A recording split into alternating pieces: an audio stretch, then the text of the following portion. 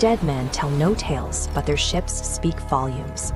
Welcome to the Cursed Compass, where we explore the darkest maritime mysteries. Moored in Alameda, California, the USS Hornet sits as a colossal floating city of steel. To walk its corridors today is to enter a space where a spectral crew remains frozen in time, seemingly unaware that their tour of duty ended decades ago. The roots of this haunting trace back to the ship's predecessor, the CV-8. In 1942, this first Hornet carried out the high-stakes Doolittle raid, launching bombers directly toward the Japanese capital in a mission that changed the psychological tide of the war. That ship met a fiery demise during the Battle of the Santa Cruz Islands. When the CV-8 slipped beneath the waves, it left a massive tactical and emotional vacuum in the Pacific theater that the Navy scrambled to fill. The military rushed the current Hornet, the CV-12, into service as an immediate replacement.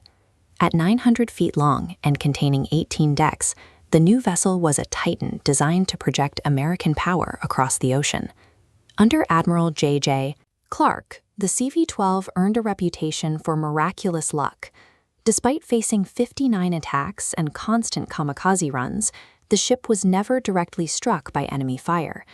However, life aboard a carrier is inherently violent even without enemy intervention. Over 300 men died aboard the Hornet from brutal, everyday accidents, catapult malfunctions, propeller strikes, and the unforgiving nature of heavy machinery. The combination of combat trauma and mechanical tragedy created an emotional pressure cooker that never vented. The ship remains spiritually scarred, trapped in a state of permanent activity. The tour begins at the ship's highest point, the massive flight deck and the island command center. In its post-war years, the Hornet played a central role in the space race, specifically retrieving the astronauts from the Apollo 11 and 12 moon missions. The hazards of the ship continued even in peacetime. During the Apollo 12 recovery, a heavy camera bracket dislodged and struck astronaut Alan Bean in the head, nearly killing him in the command module. Skeptical museum officials have reported seeing a man in a khaki officer's uniform standing at the top of a ladder in the island. When they moved to greet him, the figure turned, descended the ladder, and vanished instantly into thin air. Psychic impressions from visitors often identify this figure as Admiral J.J. Clark. The reports describe a man who meticulously patrols the bridge, seemingly unable to leave his post. Having high-ranking officers still present suggests that the ship maintains a functional hierarchy, with the command structure continuing to issue orders from the highest levels. Descending into the mid-levels of the ship leads to the cavernous hangar deck and the claustrophobic corridors of the gallery deck. In the 1990s, a restoration worker walking these passageways in pitch darkness heard a disembodied voice whispering, "Over here, come here." He found the area entirely empty.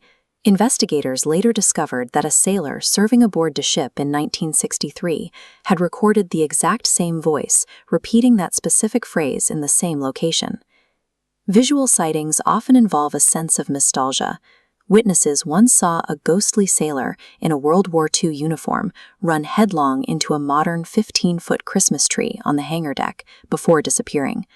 Workers also describe the whiz, the silent, close-cropped head of a young sailor rushing past the portholes at high speed without making a single sound or footstep on the metal floors. These mid-levels appear to trap both physical echoes and emotional memories, playing them back like an eternal loop for anyone walking the decks. Plunging into the pitch-black engine rooms and the forward anchoring area known as the forecastle, the atmosphere turns freezing and unsettled. A lone nighttime security guard was once terrified when an unseen force violently dropped a heavy dogging wrench in an empty, locked room. Impossible physical evidence supports these claims. Volunteers once heard heavy boots clanking up a ladder, yet they found the charcoal gray paint at the ladder's base completely wet and undisturbed, with no footprints left behind. During the efforts to save the ship from the scrapyard, a worker jokingly asked the empty engineering deck for chains to lock up the area. 6 separate times, sparkling new, modern chains manifested in previously empty and rusted corridors in direct response to the request. In the depths of the forecastle, mediums describe a spirit paralyzed by wartime paranoia, a sailor who died in a horrific accident and remains trapped in a state of terror. The physical depth of the ship serves as a map of psychological trauma, with the darkest spirits dwelling in the vessel's lowest compartments. Based on decades of witness testimony, investigators describe the Hornet not as random paranormal activity, but as a fully operational community of spirits. Psychic impressions suggest that spirits from the sunken CV-8 have transitioned to this ship, merging with the crew of the CV-12 to maintain a unified presence. This community includes a ghostly Catholic chaplain, nicknamed the Padre, who performs spiritual triage for the traumatized and terrified souls in the lower decks. Many believe the crew's ultimate motivation was protection. They manifested most frequently in the 1990s, seemingly to help save their floating city from being sold for scrap. Today, the Hornet is a museum where visitors can sleep in the original sailors' berths, experiencing the ship's history firsthand. Stepping aboard means walking alongside a spectral crew that refuses the order to abandon.